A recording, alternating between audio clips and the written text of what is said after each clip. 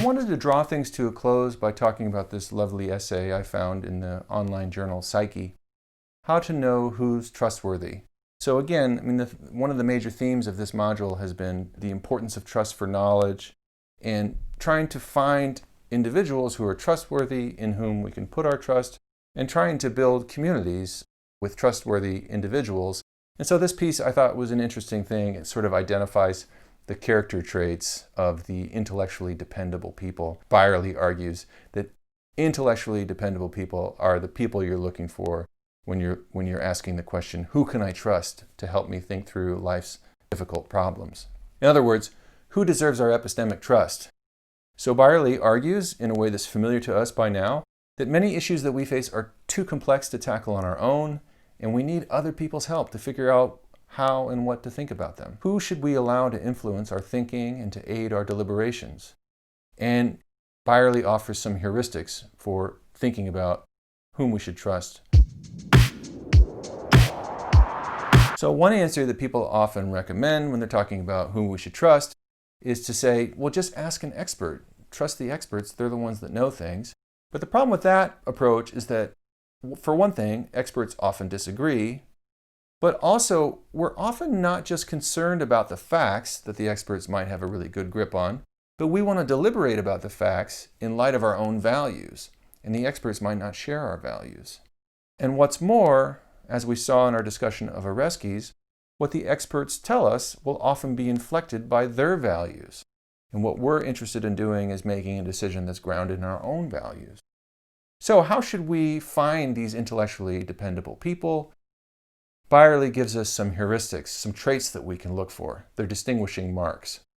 One, he says, they will be intellectually benevolent. They will genuinely care about your intellectual well-being. They want to help you get to the truth, gain knowledge, deepen your understanding, and develop your skills for inquiry. And they care about your intellectual gains. So it's not about them. They're oriented towards your improvement. That's what intellectually dependable people are like. Failures of intellectual benevolence, Byerly points out, are things like intellectual malevolence. That's where people are interested in making other people feel stupid or making them look bad. And also social vigilantes. These are people who are just out there trying to influence people to make them believe what they believe.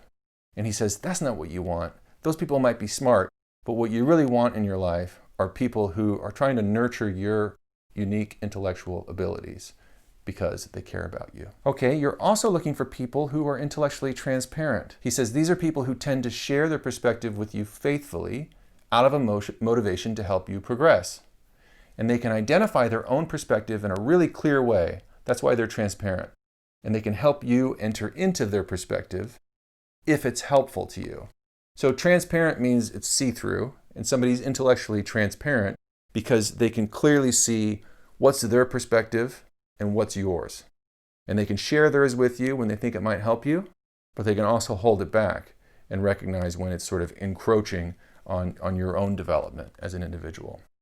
And failures of intellectual transparency, he says, are intellectual vanity and timidity. So people who use their intelligence just to try to impress you, those are the intellectually vain.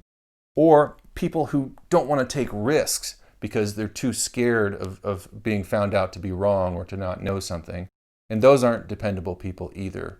You want people who are intellectually transparent, who know what they know, and who aren't afraid to share their knowledge with you and also to admit when they don't know things. You're also looking for people who have great skills in clarity. These are people who stress their main points, define keywords or phrases, explain how their views contrast with others that might be confused with them, and they structure what they say so it's easier for you to follow. So these are all things that we see, that we want to see anyway, in philosophical writing, and these are things that people who value communicative clarity will do in conversation as well. And then the final two traits that he says we should look for are audience sensitivity and intellectual guidance. So audience sensitivity means that the intellectually dependable person is someone who tailors their communication to you and your unique experience, your unique needs, your unique predicament as a knower. And they possess the skill of intellectual guidance insofar as they recognize that the pursuit of knowledge is an ongoing process, that you have to make a lot of decisions along the way when you're pursuing knowledge. You face certain potential risks and setbacks in the pursuit of knowledge, and they can kind of provide you guidance and help you through that process. That's a quick summary of the 5 traits that we're looking for when we're looking for intellectually dependable people. And I just wanted to sort of consider these traits one more time and point out to you how much they require that these people know about you specifically. So these people are intellectually benevolent, so they're interested in your intellectual good. Well, that means they have to know you pretty well to know what your intellectual good is, because a lot of that's going to be tailored to you as an individual. So these are people who are capable of intellectual transparency. Now, this is something that's specific to them. This is a kind of self-awareness that doesn't require that they have very intimate knowledge of you. Communicative clarity, that means easy for you to follow. So some things are very clear to people that are completely opaque to others. So for example, I just use the word opaque. That's a word that's very familiar to me. When people say it, I can follow it without any trouble. Some people don't know what opaque means. So when I say that what you say to me is totally opaque, they don't know what I'm talking about just because they don't know the word. So, what's my point? Communicative clarity is really deeply linked to the particular person that you're talking to. Whether or not what you're saying is easy to follow depends very much on the experience and educational background of the unique individual that you're talking to. Audience sensitivity. This is the same thing. To be sensitive to the intellectual needs of your audience requires that you really know who the audience is. And finally, intellectual guidance also. You need a kind of fine-grained knowledge of the person's intellectual development if you're going to provide them intellectual guidance. And why am I pointing all of this out? Because trust, the kind of trust that we really want when we're trying to grow as knowers, requires really pretty intimate relationships where we really have a fine-grained sense of the kind of mind of the person with whom we're working and trying to help.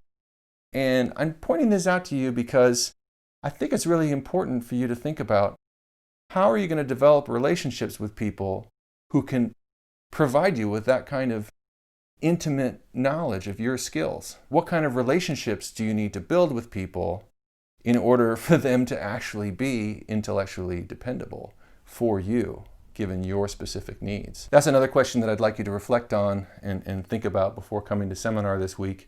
What can you do to find intellectually dependable people in your life, people with whom you can have this kind of intimate, trusting relationship where they can have a really fine-grained sense of what kind of mind you have, what kind of experience you have, what kind of background knowledge you have, and how you're bringing all of those things to bear on the project of becoming an excellent knower. Thanks a lot for your time and attention.